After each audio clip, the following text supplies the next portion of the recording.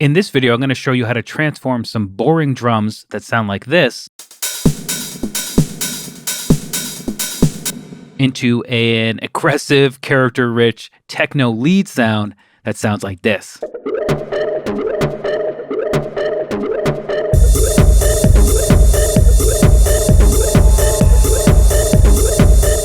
All right, so as I said, we're going to be taking some boring drums and transforming them into something like a techno lead, patch, sound, loop, whatever you want to call it. And along the way, we're going to learn a bunch about this plugin. I'm not going to go into every single thing.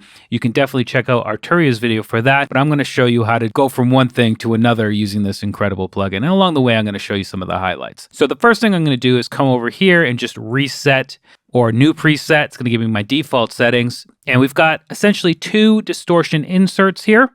And we have 11 different distortion types. Each one of these distortion types has a number of parameters to adjust how that distortion is applied to the signal. And we can obviously bypass and turn anything on as we see fit. One of the first things we need to do is adjust the routing over here in the middle. So we've got a bunch of different routing options, and this is really going to open up what you can get out of a distortion plugin, just this in and of itself. So we've got serial, which means the incoming sound will get adjusted or manipulated by the first distortion here, and then that output signal will go into the second one, and you can essentially build on top of that, and then we'll hear the output of that second one. You can flip A and B just real quickly by doing that. Parallel means the incoming signal will go into both of these independently, and then that combined signal is what we'll hear. Stereo will mean that this one will affect the left side and B will affect the right. Mid-side means A will affect just that centered audio, obviously, and B will affect the audio in the stereo field. And then band split, if I choose that, the slider becomes just a frequency crossover position where the first one over here will adjust or affect everything below whatever we set here, and this one will adjust or affect everything above. Crash course stuff here.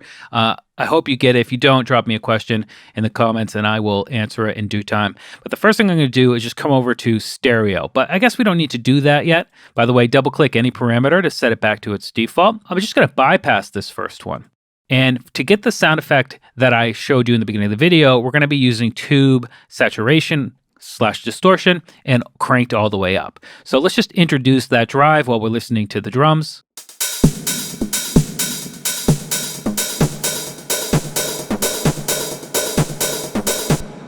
There we go. Just that is already making those drums sound a little bit more alive. But what we want to do is actually turn on the pre-filter. This is going to filter the sound before it enters that tube distortion over there. And as we decrease the frequency and increase the resonance, you really hear it start to transform those boring drums into something more like a synth.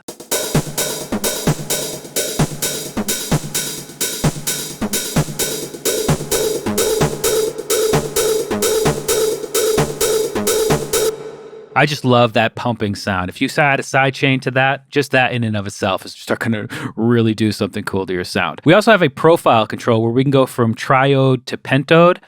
We can go to the mix anywhere in between there. Each one of the distortion types will have its own unique set of characteristics that you can play with and tweak out to your heart's content.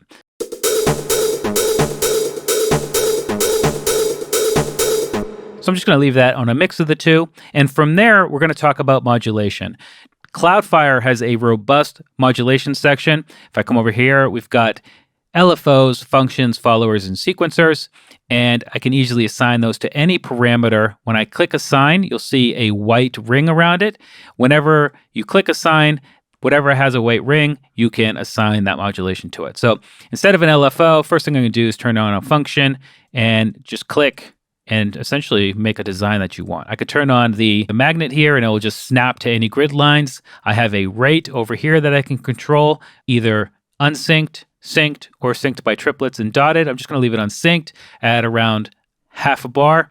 And then what I can do is click assign, and remember, anything with a white ring around it, I can assign that to. And as soon as I hover over that, you'll see that my cursors change. You'll also see a color-coded number there. I'm just going to introduce some modulation.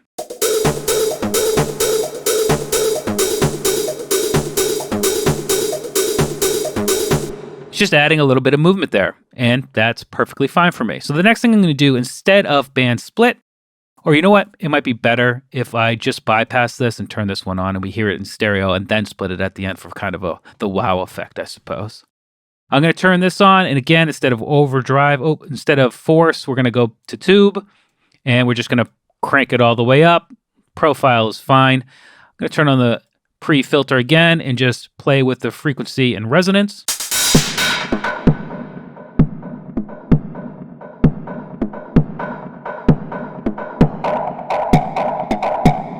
But for this one, we're going to use a different modulation function.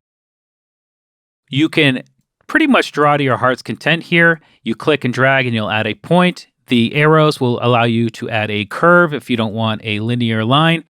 And you could also save presets or use any of the default presets that come with it.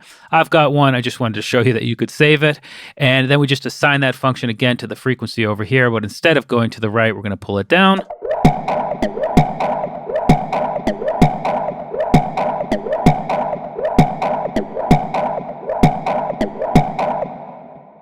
And there we go. Now if we come in here and turn them both on and set them to stereo.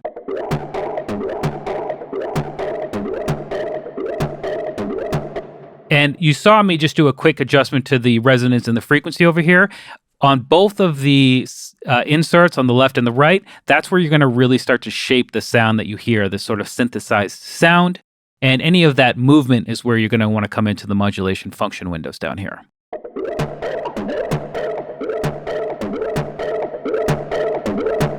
So let's listen to that in the context of the techno loop that we got going.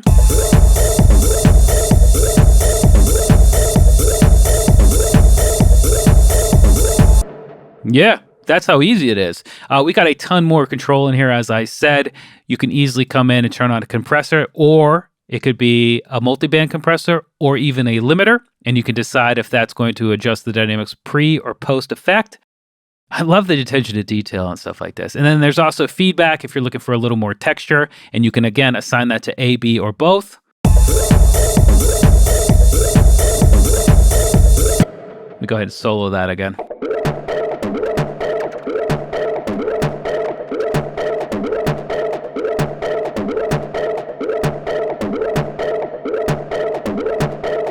Just adding a little bit more of a dynamic, moving, alive feeling to it. You can push that as far or, put it as light as you want. I'm going to keep it fairly light because I already have my sound being sent to reverb and delay, and I don't really need any more feedback on top of both of those. But that, in a nutshell, is exactly something I would do with a great distortion plugin like this. Just one other thing to touch on is the post filter if we want to roll off some of that harshness.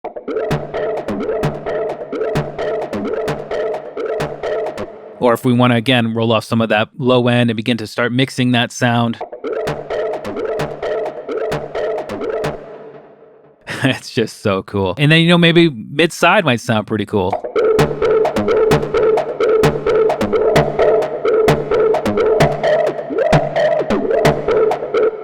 There's just so much you can do. And you can also come in and adjust any of the distortion types as well and begin to really start to sound design. And you can get lost in this for hours, as I did while I was thinking of a way to showcase this inside of a video tutorial. No matter what, you should definitely check out COLDFIRE from Arturia. It's available now in Plugin Boutique. And as usual, I'm Joshua Casper. I hope you learned something, and I'll see you in the next video.